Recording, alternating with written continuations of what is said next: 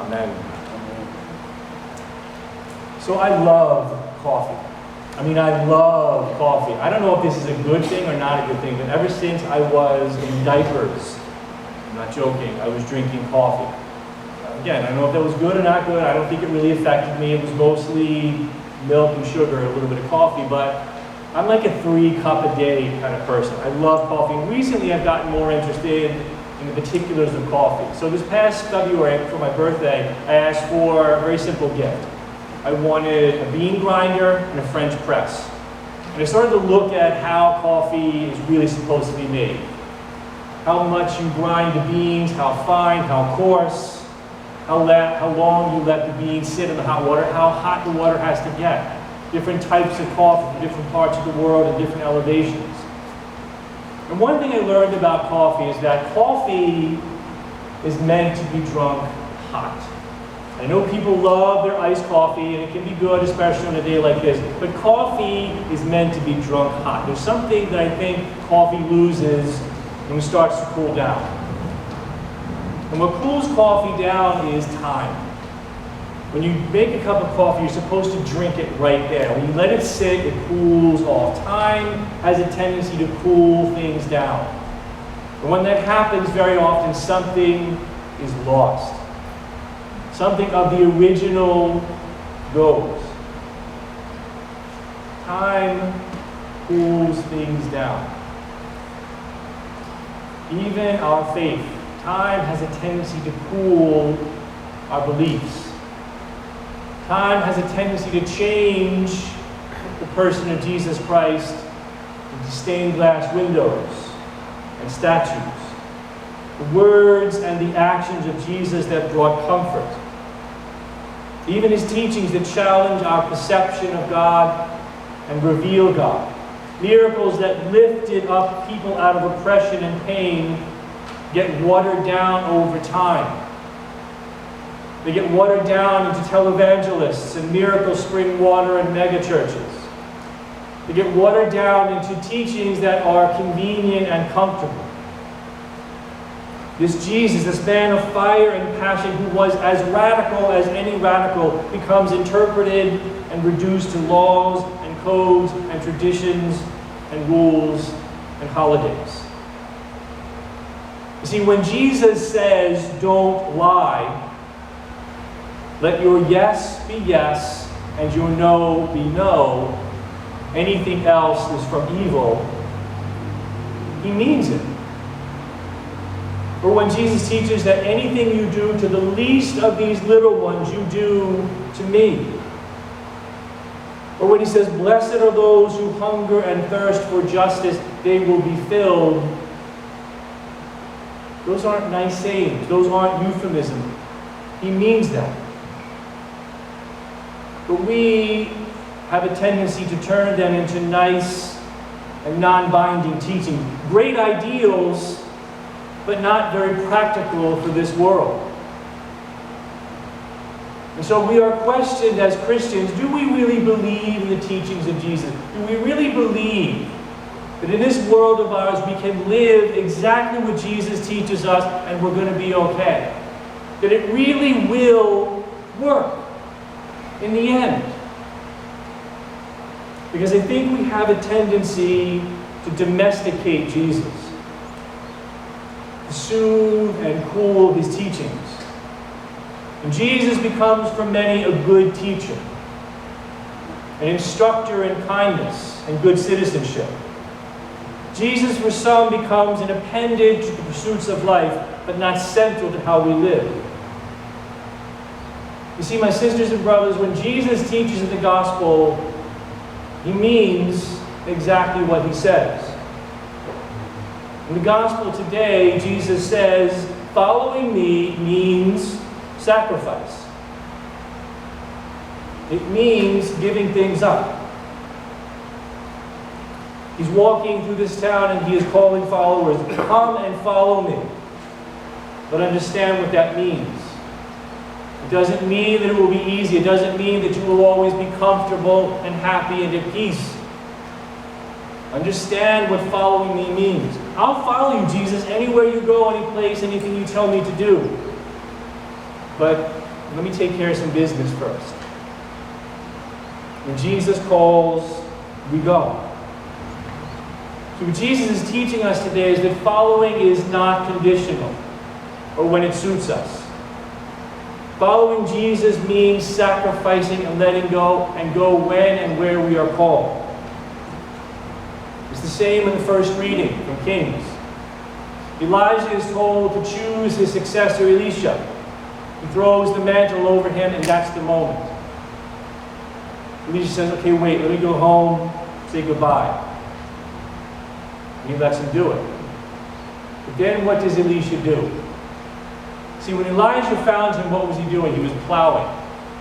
And when you plow, what do? You look down. You look down into where the plow is going to make sure that the furrow is straight. You keep your eyes pointed down. When Elijah called Elisha, it was time for him to look up.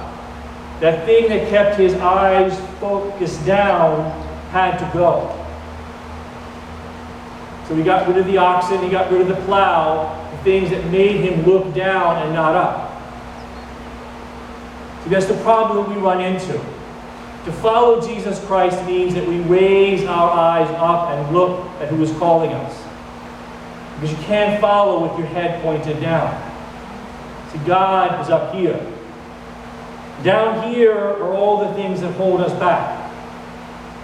If we're focused on our anger and our hurt and our pride, our fear of other people not like us, our vanity, our jealousy, our desire for comfort, down here is self-righteousness and condemnation and separation and envy. You can't follow if your eyes are on the wrong things. All of the pain and the hurt and the anger and the judging that we do of other people that makes us feel better about ourselves pushes our heads down and takes our eyes off of God. That's what Jesus is trying to get across to James and John today. The fact is, these are just people. And they were insulted. They were hurt. They were trying to do what Jesus told them, and they got rejection. So the feeling for all of us would have been anger. How dare you? How dare you reject me when I'm doing God's work? Jesus understood that. And they were holding on to it. They wanted to get back at it. They wanted to give them a little bit of what they felt. See, for James and John, it was about payback. It had gone beyond just a little bit of anger. They were trying to even the score. And so what does Jesus do? He rebukes them. Now this word rebuke, we hear in English as yell at, scream at, become angry. That's not really what the word in Greek means. The meaning of the word is to warn. To warn you from preventing you from doing something that's going to get you into trouble. As parents, we do it all the time.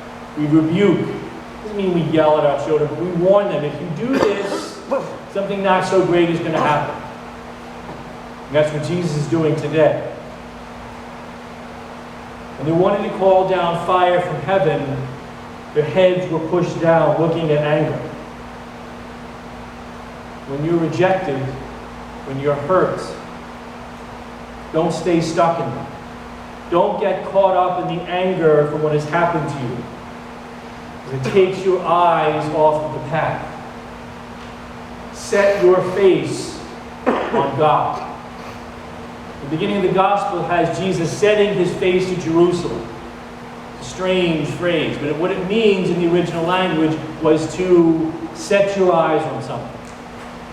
To be determined to make it to a certain point. The Greek word literally means to make a stand. In other words, I know where I'm being called. I have my eyes set on something and I will not take them off. This past Sunday, some of you may have seen the Melendas crossing the tightrope in Times Square. It's a big live event.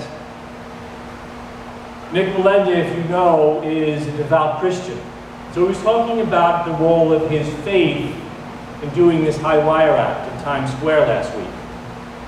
Now, you may or may not know that 2 years ago, during a practice there were 6 or 7 people doing the trip in the Wallenda family, and they fell.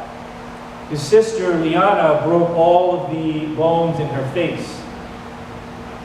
So he was talking about the fear that he had to overcome. And in an interview with the Christian Post, he said he had to struggle with fear after the accident. But he stated he would pray, as he always did, with his friends and his family, and simply use faith to get him across that wire. Faith was going to guide him across. And as he walked across that wire step by step, he was praying. And that's what got him across the wire. Now, I know nothing about walking on tightrope, so I had to look at the video a couple of times. When you're on a tightrope, where are your eyes? Not down. Don't look down. It's the worst place you can look. Your eyes are there. When you're walking across a tightrope, you keep your eyes on where you're going. You don't look down. You don't look at your feet. You look up. You know where your feet are going because you practiced. His prayer kept him in sync. He was looking forward. And that is what the gospel tells us today. Look forward. Set your face on where you're going. Don't have your face pushed down, looking at your anger, your fear, your uncertainty, your hurt. Because what happens if your eyes are down, you lose your balance, you fall.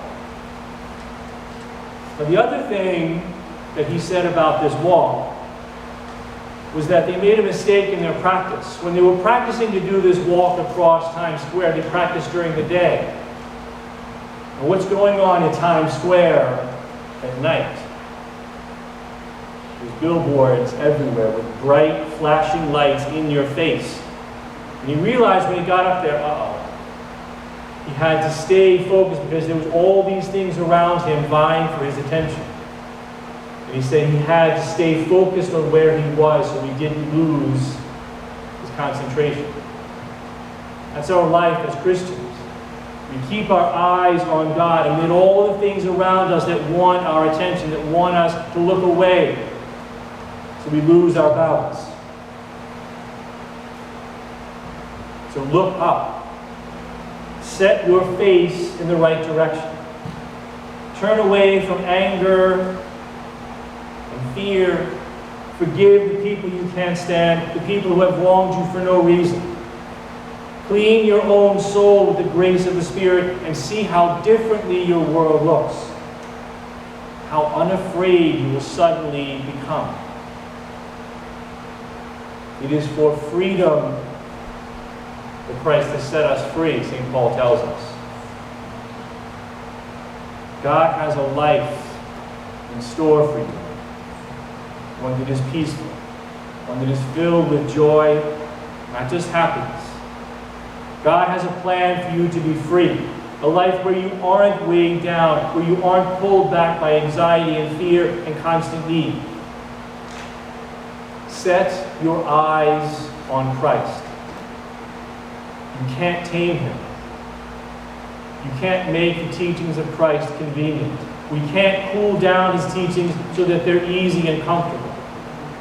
His way is the narrow way, but is the only way to live fully alive. Amen? Let it be so.